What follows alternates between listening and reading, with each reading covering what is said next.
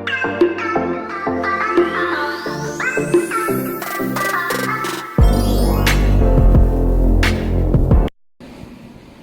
guys, welcome back. Today we're going to do our weekly check-ins. So again, if you're new sa ating channel, I'm doing beauty, makeup, beauty reviews, and bullet journal because this is my favorite thing to do as well. And yes, today we'll do a weekly check-in. The first week of January is over. So let's see how well I did when it comes to budgeting and kung ano pa yung mga dapat natin i-work on. So welcome to my bullet journal. Again, this is my bullet journal from Victoria's Journals at National Bookstore. I got this from National Bookstore. And now, let's go ahead and dive right in. Ayan. So, let's move on. So, last time I already did my monthly budget. So, if you haven't checked that one out, please feel free to do so. Now, I'm gonna bring you to the weekly check-in page.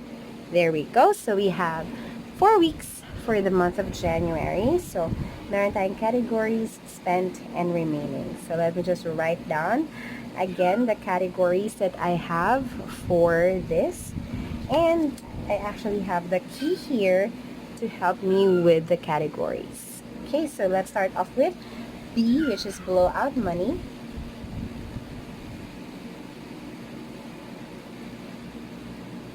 There.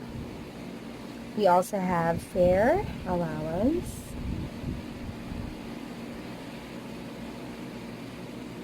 We also have food allowance.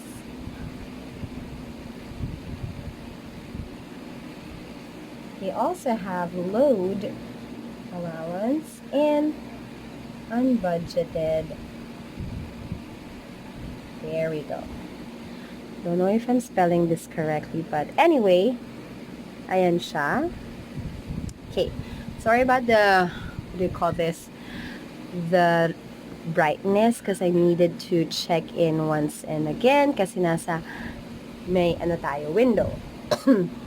Okay, now how will we know how much we spend for each category? We have our monthly expenses tracker. So here you can already see the description, the item, and the amount. And medyo unhappy ako sa setup nito. I'm just experimenting anyway. So by the second week, kapag na-fill out na natin ito lahat, we will create a separate tracker for our monthly expenses that's more organized, more detailed, so to speak. Kasi ito medyo cluttery siya. So if you can see, I've already written there yung mga acronym lang. That's why I have the key here. Kasi these will help me identify kung saan to napuntang mga to. Alright, so let me just do my math, compute it, and then we will input here the spent and the remaining. So yeah, let me just walk you through this. If you can tell, for the first few days, meron tayong expenses sa ating blowout money, food allowance, especially for my work days. Let me just adjust the brightness again. Yan. Especially for the work days, I have spent my fare money and my food allowance. So we have to total everything and then I'll put it all in here. Okay, so now I have written down some notes over here. So we will write it down now. Sa blowout money, I have spent 1,992 pesos. I'm so sorry. Ang dami kong na gastos for just 1 week. And then for fare allowance, I only spent 478 pesos. For food allowance, I spent 200. Ang saya, 295 lang ito. And then, sa load, I've spent 100 pesos. Oh, my goodness. 100 pesos. And sa unbudgeted, I've spent 1,000 pesos. So, we're going to tally this everything. Let's use the purple one. So, week 1. There. we're gonna put total.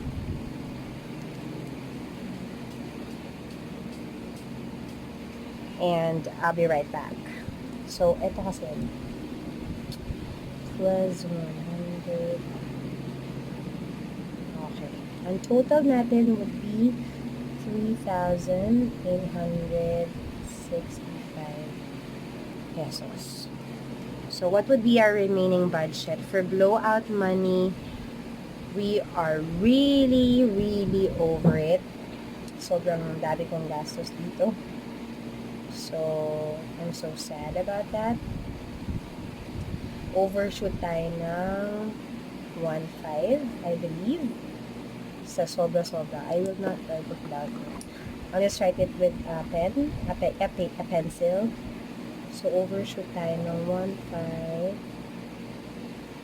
Sobrang laki. Sa fare allowance. Yep. Meron tayong na-save dito. So, ang na-save ang na-save natin would be what?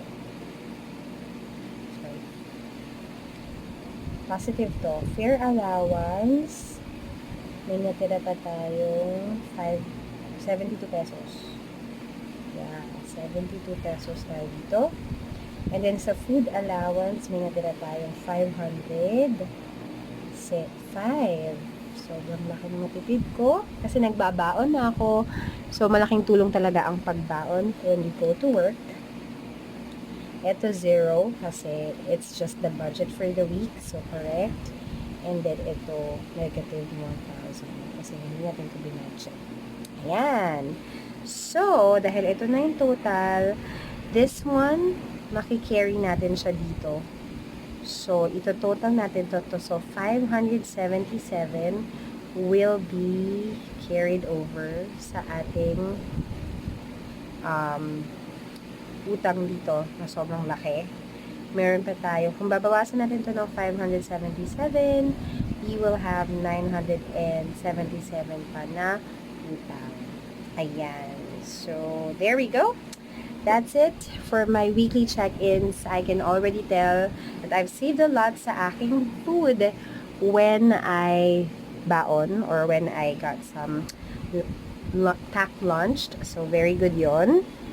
Good din ako sa fare, sa load.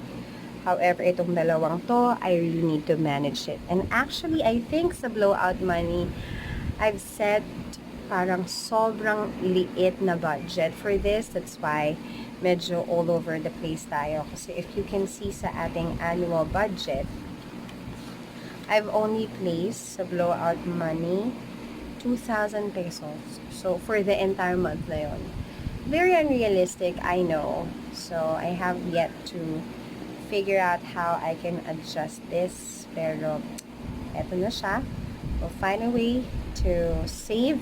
Yung mga masasave natin sa other categories, we'll carry it over sa blowout money para good tayo. Ayan, so there. That's it. Hindi ko muna ito isusulat ng pen kasi I really wanna see things pa and double check everything. But yes, I hope you enjoyed this weekly check-in. So, we'll see each other again sa week 2 and let's see how I did it this time around.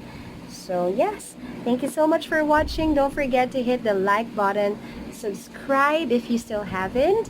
You'll see more of this for the entire year. So, I'm planning to do it as well.